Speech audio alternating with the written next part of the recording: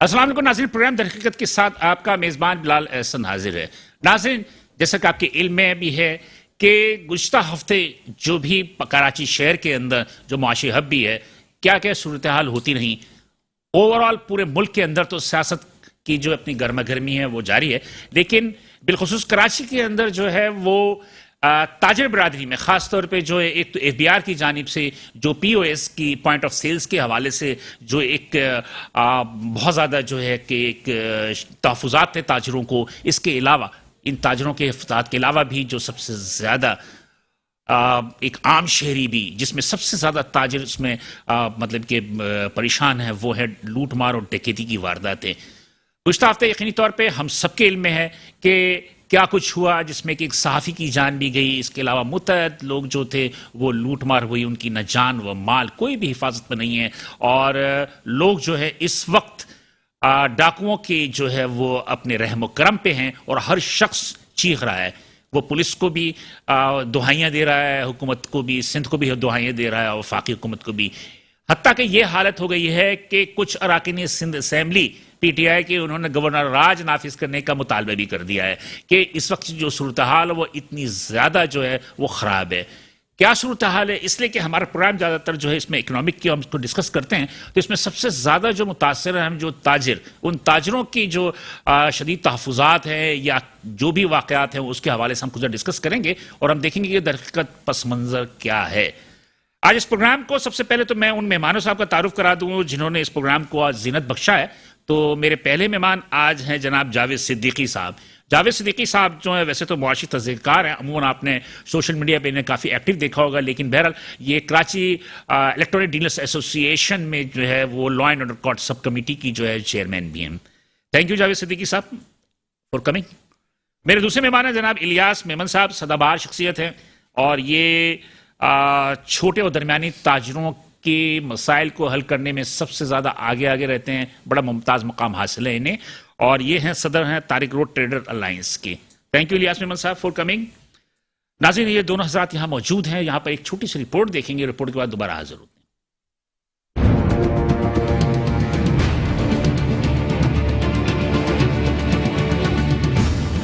हुकूमत मुल्क की मईशत के हवाले से सब अच्छा की रिपोर्ट पेश कर रही है, लेकिन हकीकतन मुल्क की मईशत दुरुस्त सम्त में है। वजीर खजाना अपनी तकारीर में मिनी बजट की वजाहत मुख्तलिफ ताजिर तंजीमों और चैम्बर्स में जाकर कर रहे हैं, लेकिन सबसे ज्यादा दरमियाने और छोटे ताजिरों को हुकूमती इकदाम पर तहफ़्फ़ुज़ात हैं। IMF की हिदायत पर या FATF के खौफ से 17% सेल्स टैक्स और इस पर 3% वैल्यू एडिड टैक्स, मजमूई तौर पर 20% टैक्स और पॉइंट ऑफ सेल्स पर शदीद इख्तलाफात हैं। दूसरी जानिब ताजिरों में FBR की जानिब से मुख्तलिफ बाजारों में जाकर मॉल्स और दुकानों को सील करने पर शदीद गम और गुस्सा पाया जाता है। ताजिरों को दुकानों के साइज के हिसाब से फिक्स टैक्सेस पर भी इख्तिलाफ है। बड़े मॉल्स और रजिस्टर्ड कारोबारी ताजिर पॉइंट ऑफ सेल्स को लागू करने के फैसले पर भी इख्तिलाफ रखते हैं। गो के वजीर खजाना सेनेटर शौकत तरीन का कहना है कि 10 करोड़ तक के टर्नओवर पर सेल्स टैक्स की छूट है, जबकि इससे ज्यादा पर लागू होगा। तीसरी जानिब बहुत सी ऐसी मसनूआत पर भी टैक्स नाफिज किया गया है जो कि माशी इस्तेहकाम के लिए नुकसानदेह साबित होंगे। ताजिरों को शिकायत है कि FBR अपनी हद से तजावुज करते हुए इकदाम कर रही है और रिश्वत लेकर छूट भी दे रही है। दूसरी जानिब शहर में बढ़ते हुए जराइम ने खौफ व हरास फैलाया हुआ है कि किसी की भी जान और माल महफूज नहीं है। इन डाकुओं के सामने पुलिस और हुकूमत बेबस है। वेलकम नाज़रीन, रिपोर्ट आपने देखी। इस रिपोर्ट में हमने जो पॉइंट ऑफ सेल्स के हवाले से और कुछ जराइम के हवाले से जो कि कराची शहर जिससे बहुत ज़्यादा मुतासर है उस पर जो है हम गुफ्तगू करेंगे, लेकिन यहाँ पे एक छोटा सा कमर्शियल ब्रेक लेंगे। कमर्शियल ब्रेक के बाद जब दोबारा वापस आते हैं तो तसल्जुल के साथ गुफ्तगू का सिलसिला जारी रखेंगे, साथ रहिएगा। अस्सलाम वालेकुम नाज़रीन, वेलकम बैक कि हम यहाँ पर बैठे हैं और आप हमारे साथ रहे, बहुत शुक्रिया। जैसा कि हमने आपको पहले भी बताया कि कराची शहर के अंदर जो गुज़िश्ता हफ्ते जराइम की एक नई लहर पैदा हुई, इसके अलावा ताजिरों की जो POS पॉइंट ऑफ सेल्स के हवाले से जो उनके तहफ़्फ़ुज़ात थे उसी सिलसिले में आप उसके पस मंज़र जानेंगे। मैं अपने मेहमानों का आपका तारुफ करवा चुका हूँ कि जावेद सिद्दीकी साहब इलियास में मेरे हमरा मौजूद हैं, तो मैं सबसे पहले जावेद सिद्दीकी साहब की तरफ रुजू होता है और बिना किसी वक्फे के ये बताने की कोशिश करता हूँ कि क्या सूरत हाल है इस वक्त कारोबार की। सबसे पहले जनाब बहुत बहुत शुक्रिया, thank you so much. Thank you. वो कहते हैं ना कि जिन पत्थरों को अता की थी धड़कनें हमने, उन्हें ज़बां क्या मिली वो हम पे ही आज बरस पड़े। तो शायद ये जो ताजिर बरादरी टैक्स देती है ना हुकूमत वक्त को, तो वो हम पे आज बरस पड़ी है, क्योंकि उन्हें जबा मिल गई है। ठीक और है। जबा मिल गई कलम की ताकत से। देखें, कारोबार ड्यू टू कोविड, कोरोना ने पूरे मुल्क की मईशत का सत्यानाश किया हुआ है। ठीक है, कभी कोरोना, कभी फ्लड और कभी पॉइंट ऑफ सेल के हवाले से कारोबार ना होने के बराबर है। मैं हमेशा कहता हूं, जो हाथ देने वाले थे आज वो मांगने वाले हो गए। अब हुकूमत जो है वो पॉस सिस्टम जबरदस्ती लागू कर रही है। उसने जो रिक्वायरमेंट रखी है ना कि जी 1000 स्क्वायर फीट, ठीक है जी, समझ में आती है। 12 लाख रुपए बिजली का बिल, ठीक है जी, समझ में आता है। मेरा एक हुकूमत वक्त से छोटा सा सवाल है कि एक 100 स्क्वायर फीट के ऊपर जो बंदा बैठा हुआ है, अगर उसने मिसाल के तौर पे एक क्रेडिट कार्ड की मशीन लगाई है या वो इलेक्ट्रॉनिक ट्रांजैक्शन जैस कैश भी कर रहा है, तो वो भी उसके अंडर में आता है, जबकि उसकी ट्रांजैक्शन ही नहीं है। तो यहां पे वो चीजें हैं जो पॉइंट ऑफ सेल को सही करने की जरूरत है। मैं हमेशा कहता हूं कि कोई भी फैसला करें, कोई भी काम करें, आप ताजिरों को एतमाद में लें। आप ताजिरों को एतमाद में नहीं लेते हैं, फिर आप ताजिरों को डराने की कोशिश करते हैं, आप धमकाने की कोशिश करते हैं। तो मैं कहता हूं जनाब, ये ताजिर ही तो टैक्स दे रहा है। किस सियासतदान ने कितना टैक्स दिया? क्या हमें पाकिस्तान के वक्त भी अगर जब हुकूमतों के पास तनख्वाहें देने के लिए पैसे नहीं थी तो वो किसने दिया? वो ताजिर ने दिया ना। ताजिर ने तो हमेशा अपना कलीदी किरदार अदा किया है। जो शहर कराची के ताजिर, वली का नहीं, सबने दिया ना। जो कराची के शहरी और ताजिर एक मुसीबत से निकलते नहीं है, दूसरी तरफ आ गए। हमने बहुत सुना था जनाब, पुलिस के नाके जो हैं इधर लगे हैं उधर लगे हैं, मगर अभी जो 2-3 दिन पहले कॉजवे में जो कोरंगी में वाकया हुआ, वहां पे 8 से 10 लोग कंटिन्यू लूटते रहे, 2 से 2.5 घंटे कंटिन्यू लूटते रहे। सर, ये जो कॉजवे की बात कर रहे हैं, मैं आता हूं, कॉजवे में तो पूरे साल वहां पर यही सूरत हाल है। हुकूमतें कहें, पुलिस वाले खुद वहां भत्ते के लिए वहां बैठे होते हैं, वहां खड़े होते हैं, गाड़ी खड़ी होती है। तो जनाब बात यह है कि पुलिस को पॉलिटिसाइज जो है ना वो खत्म करें उसको। गुज़िश्ता हफ्ते एक साफी की भी मौत गई इसी चक्कर में। और हमने ये देखा कि मुख्तलिफ जगहों पे हर जगह यही सूरत हाल है, ना लोग घर में महफूज हैं ना बाहर महफूज हैं। बिल्कुल। तो आपकी अपनी जो ट्रांजैक्शन होती है, ताजिर को तो ये होता है पैसे की लेन देन होती है, दुकानों में खासतौर पर ये होती है, तो आप लोग कितने इफेक्टिव हुए इससे? जनाब बात यह कि मैं कहता हूं कि जब तक मेंटली सुकून ना हो ना, आप कोई काम नहीं कर सकते। ठीक है, एक तो कारोबार ना होने के बराबर, और जो ट्रांजैक्शन होती है उसमें से भी बंदा जो जा रहा होता है तो वो लुट जाता है। तो आप क्या कारोबार करेंगे? देखें, बेचैनी की फजा है। ये हुकूमत वक्त की जिम्मेदारी है, ये लॉ एनफोर्समेंट एजेंसियों की दारी है कि वो ताजिरों को तहफ़्फ़ुज़ दें। अच्छा, आप कराची इलेक्टोरल रिलेशन के जो लॉ एंड ऑर्डर कमेटी के सब कमेटी के भी वाइस चेयरमैन है, तो आपको तो ज्यादा पता होना चाहिए। देखें बात ये उसकी 2 वजूहात है। मैं आपको थोड़ा सा ना सुनेरियो बता देता हूँ, रीजन क्या है। पुलिस के मतलब अब वो इदारों की परफॉर्मेंस नजर नहीं आ रही है जो पहले थी। एक तो शहर कराची की आबादी जो है वो 3.5 करोड़ से जायद है। ठीक है, आपके जो मर्दमशुमारी में जो काउंट किया गया, निहायती मार्जत के साथ मर्दों को तो काउंट कर लिया, शायद औरतों को काउंट करना भूल गए। मैं आता हूं, तो बात यह कि आपको पुलिस भी 1.5 करोड़ के मुताबिक मिली है। आपको पानी भी 1.5 करोड़ की आबादी के मुताबिक मिलेगा। आपको सेवरेज के निजाम भी 1.5 करोड़ की आबादी, मतलब कि हॉस्पिटल भी मिलेगा तो 1.5 करोड़ की। तो भाई कम कह रहे हैं कि नफरी कम है।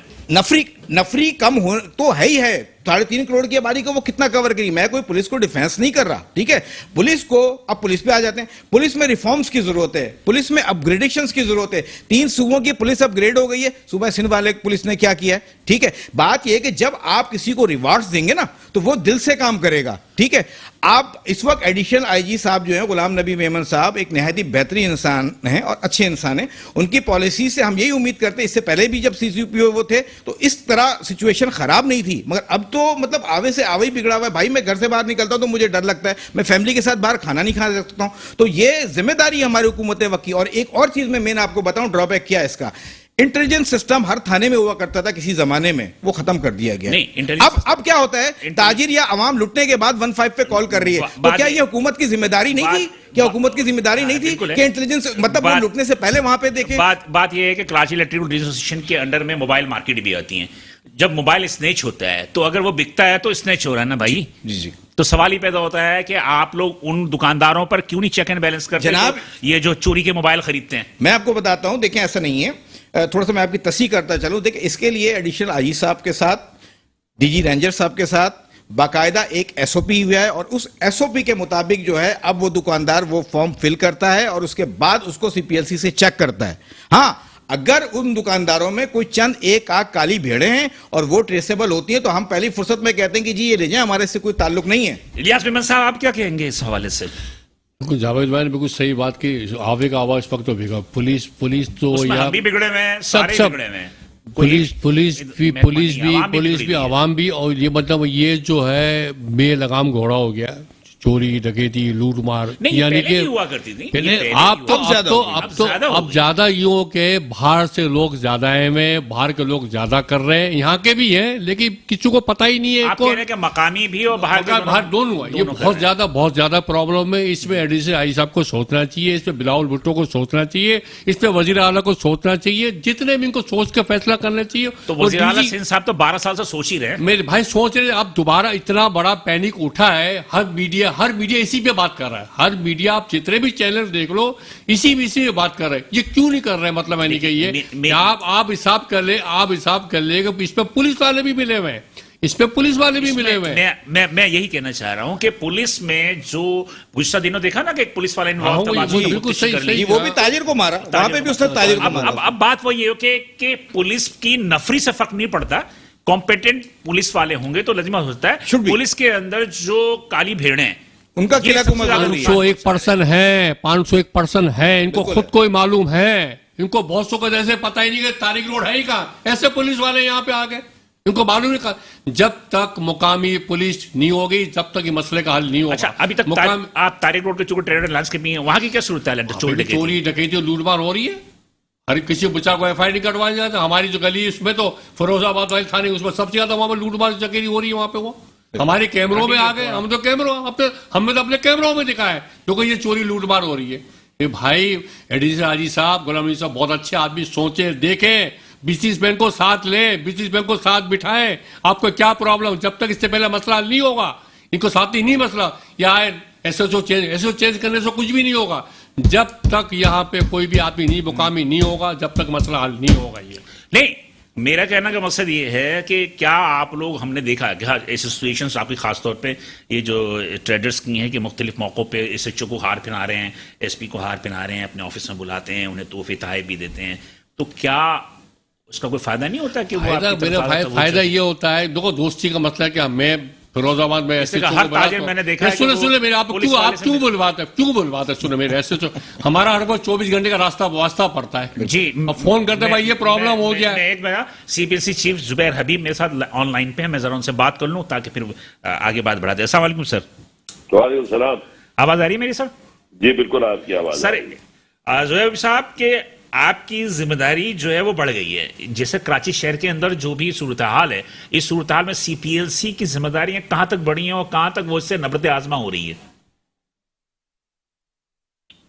देखिए, सीपीएलसी की जो जिम्मेदारियां हैं वो ये हैं कि पब्लिक और पुलिस में जो एक खलीज है उस खलीज को पुर किया जाए, और जो सिटीजन्स विक्टिम होते हैं क्राइम के, जी, अगर पुलिस उनकी मदद नहीं करती, पुलिस उनकी एफआईआर रजिस्टर नहीं करती, पुलिस उनके साथ ताउन नहीं करती, जी, तो वो हमारे दफातर आ सकते हैं। हमारे दफ्तर जो है वो हर डिस्ट्रिक्ट में मौजूद है। हमारा सदर दफ्तर जो है वो गवर्नर हाउस में है। जी, लेकिन शहरियों की आसानी के लिए वो हर डिस्ट्रिक्ट में हमारा दफ्तर मौजूद है, बिल्कुल, जहां वो इस नौयत की कंप्लेंट्स सुबह शाम लेता है और उसका सद्देबाब भी करता है। ये जुबैर साहब, बात ये है कि अब जैसे कि एक आम सी चीज है मोबाइल स्नैचिंग, ये सबसे ज्यादा आम सी चीज हो गई। तो मोबाइल स्नैचिंग में हमने माजी में देखा कि सीपीएलसी का बड़ा स्ट्रॉन्ग किरदार रहा कि वो ईएमआई नंबर के जरिए जो है वो लोकेटर के जरिए वो लोकेट करते थे, सारा कुछ करते थे। तो अब कोई किरदार है नहीं है सीपीएलसी के इस हवाले से? देखिए, अब अगर खुदा न खास्ता किसी आदमी के साथ, किसी शहरी के साथ अगर ये हादसा होता है, तो क्योंकि अब नया दौर है, हर आदमी चाहता है कि वो अपने घर बैठ के ये कंप्लेंट दर्ज करा दे। जी। तो हमने मजीद एक और काम किया शहरियों के लिए। हमारा एक नंबर है जिसको हम हेल्पलाइन नंबर कहते हैं 1102। जी जी आप उस नंबर पे फोन करके और वो फ्री फोन कॉल है, जी, जी। Free phone call. 1102। जी 1102। आपकी बड़ी मेहरबानी होगी बिलाल साहब अगर आप ये हाँ, अपने मैं सामने यही कह रहा हूँ ना कि जी ताकि आवाम को भी तो पता चले ना जो भी देख जी रहे हैं। जी मैं तो ये जिन जिन लोगों के साथ ये हादसा पेश आया है वो हमारी जो हेल्पलाइन है 1102 उस पे ये अपनी कंप्लेंट दर्ज करवा सकते हैं। हमें ये बता सकते हैं कि ये वारदात कहाँ हुई, हम मुख्तलिफ सवालात उनसे पूछेंगे ठीक है। ताकि हम ये शनाख्त कर लें कि वाकई उनका ये फोन था। जाहिर है उसका हम IMEI नंबर पूछेंगे, बहुत सारी जो हमारी तो चीजें थाने में जाने की जरूरत नहीं है। थाने में जाने की जरूरत नहीं है। ठीक है। और हम उनसे इनिशियली ये कहते हैं कि हम इस फोन को ब्लॉक कर देंगे, लेकिन अगर जरूरत है तो हम उस फोन कॉल को ट्रैक भी कर सकते हैं। ठीक है। मैं आपको सिर्फ ये बताता चलूं कि मैं दिन के 5000 कॉलें इस वक्त मौसूल कर रहा हूं और वो सारी कॉलें जो है वो स्टोलन या स्नैच फोन्स की नहीं है, बट मुख्तलिफ चीजों की है। लोगों के साथ जब गाड़ी उनकी चोरी हो जाती है, मुख्तलिफ किस्म की वारदात होती है, जी या वो अगर कोई गाड़ी खरीदो फरोख्त कर रहे होते तो वो इस गाड़ी के बारे में जानना चाहते हैं कि क्या वो किसी जी, क्राइम जी। में मुलविस रही है। तो इस वक्त अल्हम्दुलिल्लाह में तकरीबन 5000 कॉलें औसत तो नहीं, मौसूल कर रहा मुझे हूं। सिर्फ एक इतना बता दीजिएगा कि इस वक्त जो पुलिस के पास जो सबसे ज्यादा शिकायतें हैं वो मोबाइल स्नैचिंग की हैं या फिर गाड़ियों की चोरी की, ये दो वारदातें सबसे ज्यादा हैं। तो इन दो वारदातों में CPLC ने भी कितना कवर किया है, मतलब ये रिकवरी हुई है आपकी नहीं हुई? देखिए जाहिर है कि हमने आज तक टिल डेट तो तकरीबन 60-70 हजार फोन रिकवर किए हैं। कितने साल में या महीने में? नहीं, जो हमें कंप्लेंट्स मौसूल हुई हैं जी, जिन जी, लोगों की और जिन लोगों जी। ने परसू किया है।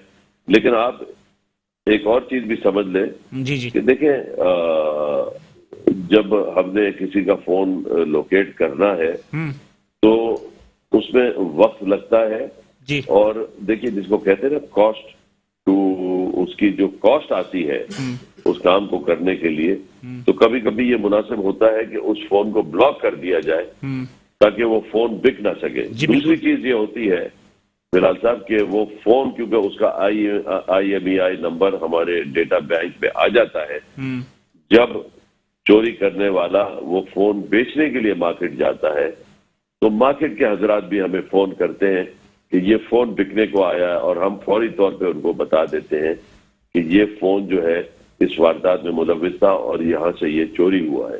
ठीक है। तो इस तरह भी लोग जो है वो फोन रिकवर करते हैं। कहना मतलब एक तसल्ली वाली बात है कि आवाम जो देख रहे हैं हमारे नाज़रीन उनके लिए बता दें कि क्या पुलिस के साथ साथ CPLC भी उनके लिए काम कर रही है, दिन और रात जो है ये कोशिश है कि इस मसले को हल किया जाए।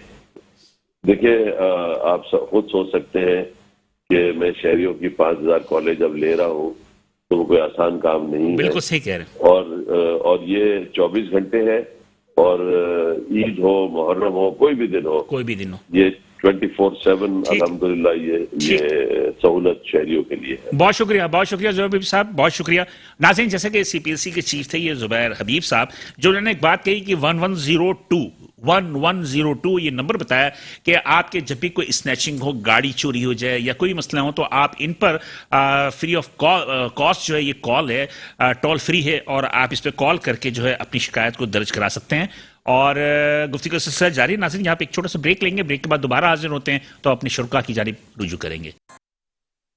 वेलकम बैक नाज़रीन, प्रोग्राम दर हकीकत में दोबारा हाजिर है, साथ रहने का शुक्रिया। और जैसा कि आप देख रहे हैं कि हम आज जो है वो SMEs के हवाले से, जो छोटे और दरमियानी ताजिर हैं उनकी जो तहफ़्फ़ुज़ात है, ख़ासतौर पे ABR के हवाले से, पॉइंट ऑफ सेल्स के हवाले से, इसके अलावा जो शहर कराची के अंदर गुज़श्ता हफ्ते जो जराइम की वारदातें बढ़ गई हैं, इन वारदातों के बढ़ने की वजह से इसमें तकरीबन तमाम शोबाए हाय ज़िंदगी के लोग जो हैं इसमें इन्वॉल्व हैं, चाहे वो साफ़ी हों, चाहे ताजिर हों, चाहे आम आवाम हों, तमाम के तमाम लोग जो हैं वो किसी न किसी जगह जो है अपनी जान और माल गंवा ही रहे हैं। जी जावेद भाई, तो आपने ज़ुबैर हबीब साहब की बात भी सुनी। CPLC जो है वो किरदार अदा कर रही है। वो कहते हैं कि हम देख रहे हैं कि 5000 कॉल हम डेली लेते हैं। इसके अलावा 1102 को उन्होंने कहा कि इस पर अब बात वही है कि अब जैसे मिसाल के तौर पे आप लोग एसोसिएशन के लोग हैं, जिसमें इलियास मेमन साहब से भी बात करूंगा, तो अब आप ये देख लीजिए कि सवाल क्या है, क्या मतलब ये कि कुछ भी आप लोग इन सी चीजों को प्रमोट क्यों नहीं करते कि लोगों के देखिए, मैं थोड़ा सा कराची इलेक्ट्रॉनिक ड्यूरेशन का एक थोड़ा सा ये करता अच्छा हूं। मेरे साथ इस वक्त एक मिनट में जरा मौजत के साथ मेरे साथ लाइन पे इस वक्त मौजूद हमारे नुमाइंदा खुसूसी हैं, जनाब क्राइम रिपोर्टर हैं कामरान जलील। उनसे जरा सा रिपोर्ट ले लें, फिर उसके बाद आगे बढ़ते हैं। अस्सलाम वालेकुम। अस्सलाम वालेकुम जी वालेकुम अस्सलाम बिलाल हसन साहब। आवाज आ रही है मेरी? जी बिल्कुल आवाज आ रही है आपकी। क्या सूरत हाल है जनाब की इस वक्त? जी इस वक्त कराची ये जो है बहुत बुरी सूरत हाल है कराची शहर की, और बदकिस्मती से कराची का जो शहरी है वो इस वक्त चोर और लुटेरों के दरमियान फंस चुका है। पुलिस कहीं पर भी नजर नहीं आ रही है। इतने वाकयात होने के बावजूद, इतनी वारदातें होने के बावजूद पुलिस अभी भी अपने कमरों से, अपने ऑफिस से निकलने को तैयार नहीं है। वो जो है मुजाहिदा करती है दीगर जगहों से, कि दीगर जगहों पे लाहौर में तो क्राइम कम है, यहाँ पर इससे ज्यादा क्राइम जो है लाहौर में है, इससे ज्यादा क्राइम दीगर ममालिक में है। वहां से मिलाते हैं कराची शहर को, लेकिन इस वक्त कराची शहर में जो सूरत हाल है वो पुलिस के हाथ से निकल चुकी है। अगर पुलिस ने इस सूरत हाल को कंट्रोल नहीं किया तो ये सूरत हाल मजीद बिगड़ सकती है।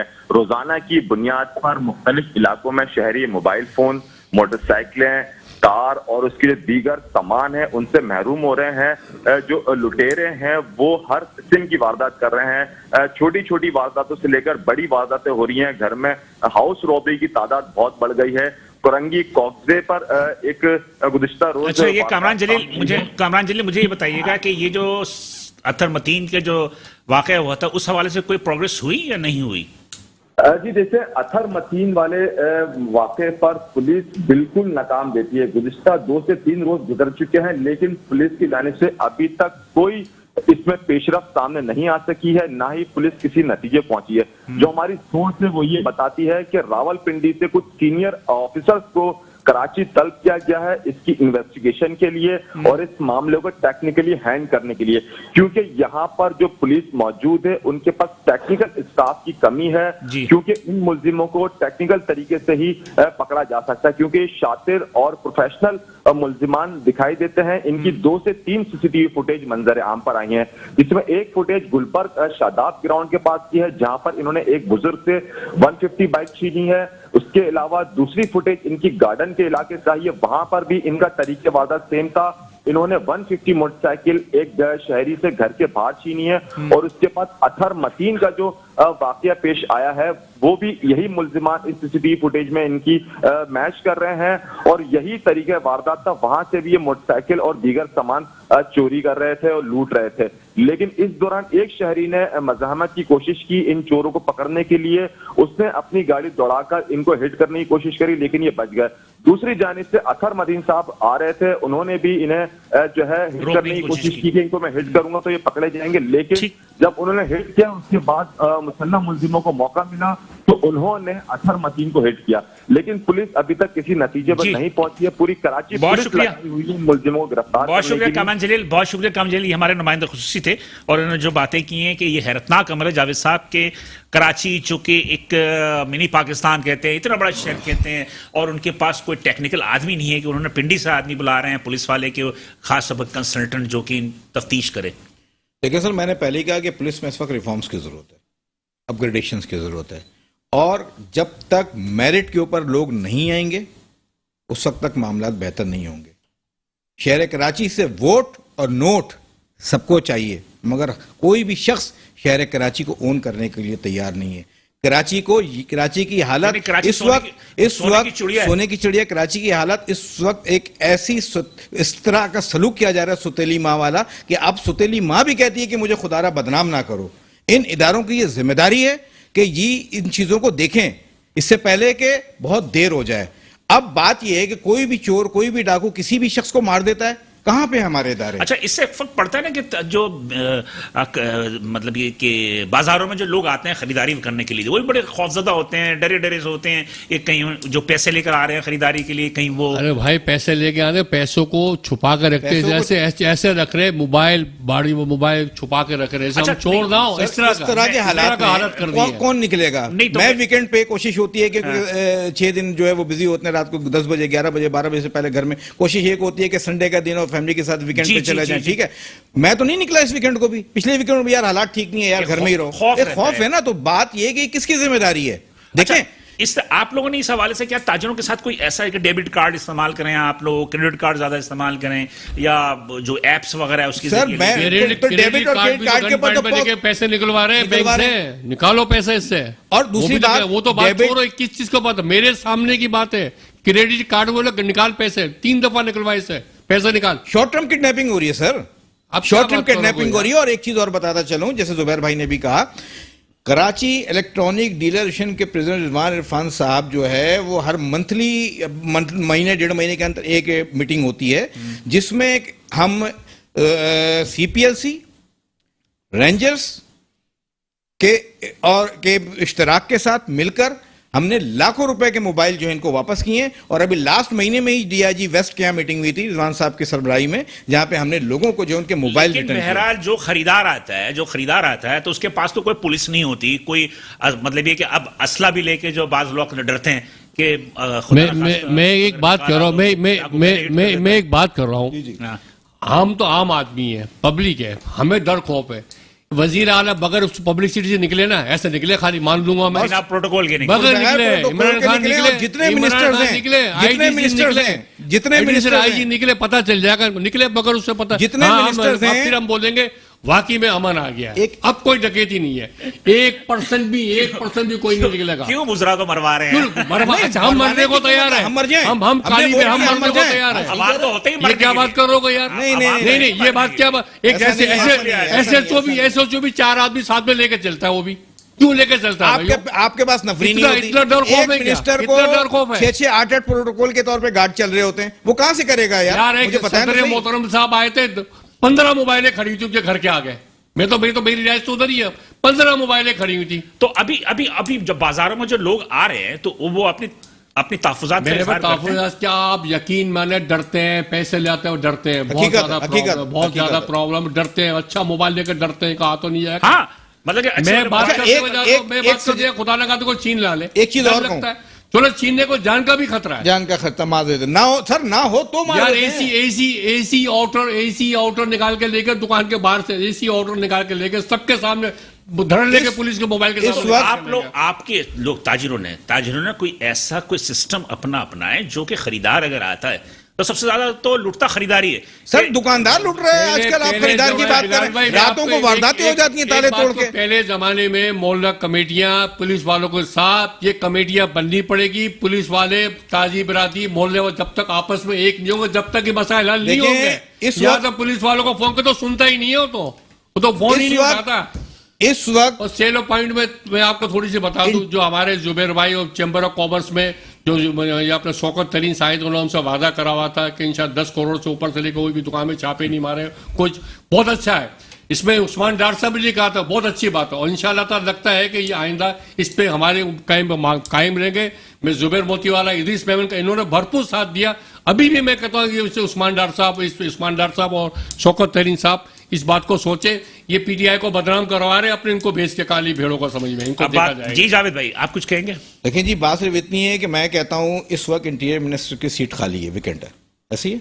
सूबाई की बात कर रहे हैं आप? सूबाई की बात कर रहा हूँ। सूबाई में वजीर आला सिंध, मतलब वजीर आला सिंध का काम तो नहीं है ना कि वो नाले भी देखे, वो ये भी देखे। एक बात कर रहा हूँ, सुने, हुकूमत में तो बात ये है कि उसके लिए देखिए, यही तो इन्हीं की चीजों को तो चेंज करना है। देखिए जी, दूसरी बात, अगर इनसे कंट्रोल नहीं हो रहा है, तो मैं कहता हूँ रेंजर्स को फुल अथॉरिटी ने बुलाया पाकिस्तान आर्मी को। रेंजर्स के पास पुलिस से इख्तियारात नहीं है, तो देना, फिर क्यों नहीं देते हैं? हमारे मरने के बाद देंगे, हमें दफनाने के बाद देंगे। 50 पे भारी है, एक रेंजर 50 पे भारी है, रेंजर्स को देना चाहिए, रेंजर्स के पास पुलिस के इख्तियारात नहीं है। चेक तो करती, रोकती है ना सबको। स्नैप चेकिंग तो है कम से कम।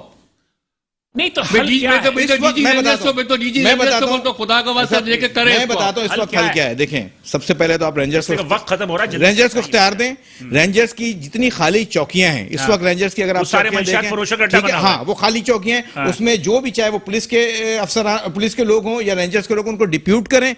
स्नैप चेकिंग को आप बढ़ाएं और कम से कम आप ये देखें कि जो भी बंदा आ रहा है, कम से कम शनाख्ती कार्ड तो खुदा आप लोग- उसका चेक आप करें। लोग एसोसिएशन की सतह पर क्यों मुतालबात नहीं करते रेंजर्स से? सर, हमने क्यों नहीं किया मुतालबात? हमने 12 किया, हमने 12 एडिशनल आईजी साहब के यहाँ सरबराही में हमारी वक्त से मुलाकात हुई है। हमने हमेशा उनसे बात की और ऐसी बात नहीं, उन्होंने हमारी बात मानी भी है और मानते भी हैं। मगर अब जो सिचुएशन है नाउ, इट्स टोटली डिफरेंट। शहरी मर रहा है, शहरी रो रहा है, शहरी सिसक रहा है, शहरी मेरा बिलख रहा प्रोग्राम है। खत्म हो रहा है, जल्दी से बता दीजिए मैं क्या कहता हूं कहना चाह रहे हैं, जब जल्दी। तक पुलिस, वजीर आला, बिलावल भुट्टो, जरदारी साहब इसमें मुखलिस नहीं होंगे तो कराची की हालत, सिंध की हालत ज्यादा खराब हो गई है। बिल्कुल सही बात। बहुत शुक्रिया दोनों हजरात का। और मेरे ख्याल में बहुत सारी बातें हो गई हैं जो कि यकीनी तौर पे अगर इस पर अमल किया जाए तो बहुत सारे मसाइल हल हो सकते हैं। बिलाल हसन को इजाजत दीजिए, इंशाल्लाह अगले हफ्ते इसी दिन इसी वक्त आपसे दोबारा मुलाकात होगी। अल्लाह हाफिज।